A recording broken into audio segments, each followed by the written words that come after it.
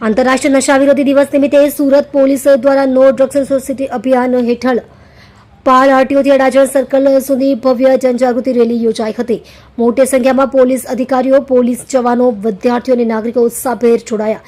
Rally દરમિયાન હાથમાં play card, બેનરો અને જાગૃતિ સૂત્રો સાથે નશા વિરોધી સંદેશ આપવામાં આવ્યો। Say no to drugs, no drugs in Surat city સહિતના સંદેશો દ્વારા લોકોને ડ્રગ્સના દૂષણથી દૂર રહેવા માટે અપીલ કરવામાં આવી। છેલ્લા 4 વર્ષમાં સુરત પોલીસ દ્વારા ડ્રગ્સના ગેરકાયદેસર વેપાર સામે સતત કડક કાર્યવાહી કરવામાં આવી છે। ડ્રગ્સના ગુનાઓમાં સંડોવાયેલા અનેક આરોપીઓ સામે પાસા સહિતના કડક કાયદાકીય પગલાં ભરવામાં આવ્યા છે।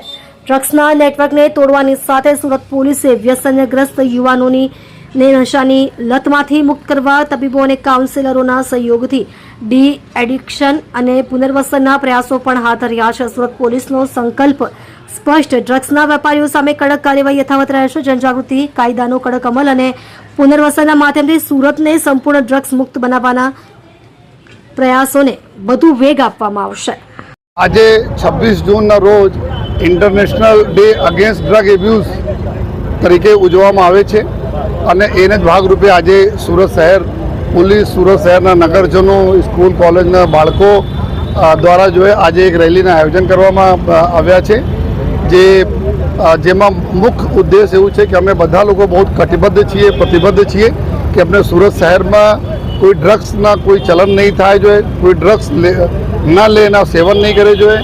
અને જો નો ડ્રગ્સ ઇન સુરત સિટીમાં એક અભિયાન સુરત પોલીસ દ્વારા ચલાવવામાં આવી રહ્યા છે છેલ્લા 4 વર્ષોથી જો આમાં આપણને ખૂબ સફળતા પણ મળી રહી છે। ઘણા બધા મોટા મોટા જો ડ્રગ જો કાર્ટલ હતા એને તોડવામાં સફળતા મળી, ડ્રગ પેડલર્સ પકડાયા અને આ વખતે 1-2 વર્ષ પહેલાં કરતાં જો અત્યારે 4 ગુના આ લોકો ઉપર વધારે 20 વધી છે। એના પ્રોપર્ટી વગેરે જપ્ત કરવાના, એના પ્રોપર્ટી ઇલીગલ પ્રોપર્ટી જો બનાવ્યા હોય તેના નિયમાનુસાર કાર્યવાહી કરીને ડિમોલિશન કરવાના, આ બધી જો કાર્યવાહી, સખત કાર્યવાહી જો પોલીસ તંત્ર તરફથી કરવામાં આવી રહ્યા છે।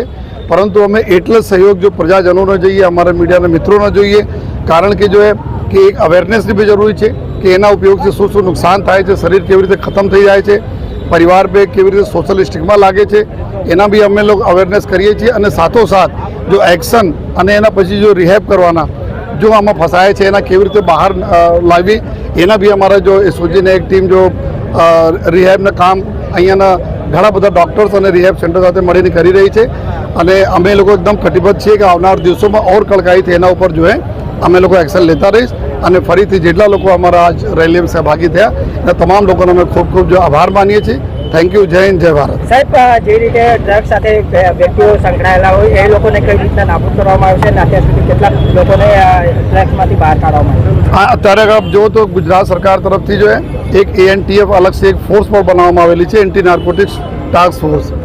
અને સરકારશ્રી આ બાબતમાં બહુ જ્યાદા ગંભીર બી છે, ચિંતિત છે અને એકદમ કડક એક્શન મતલબ લેવા માટે તમામ પ્રકારના જો સૂચનાઓ પણ છે।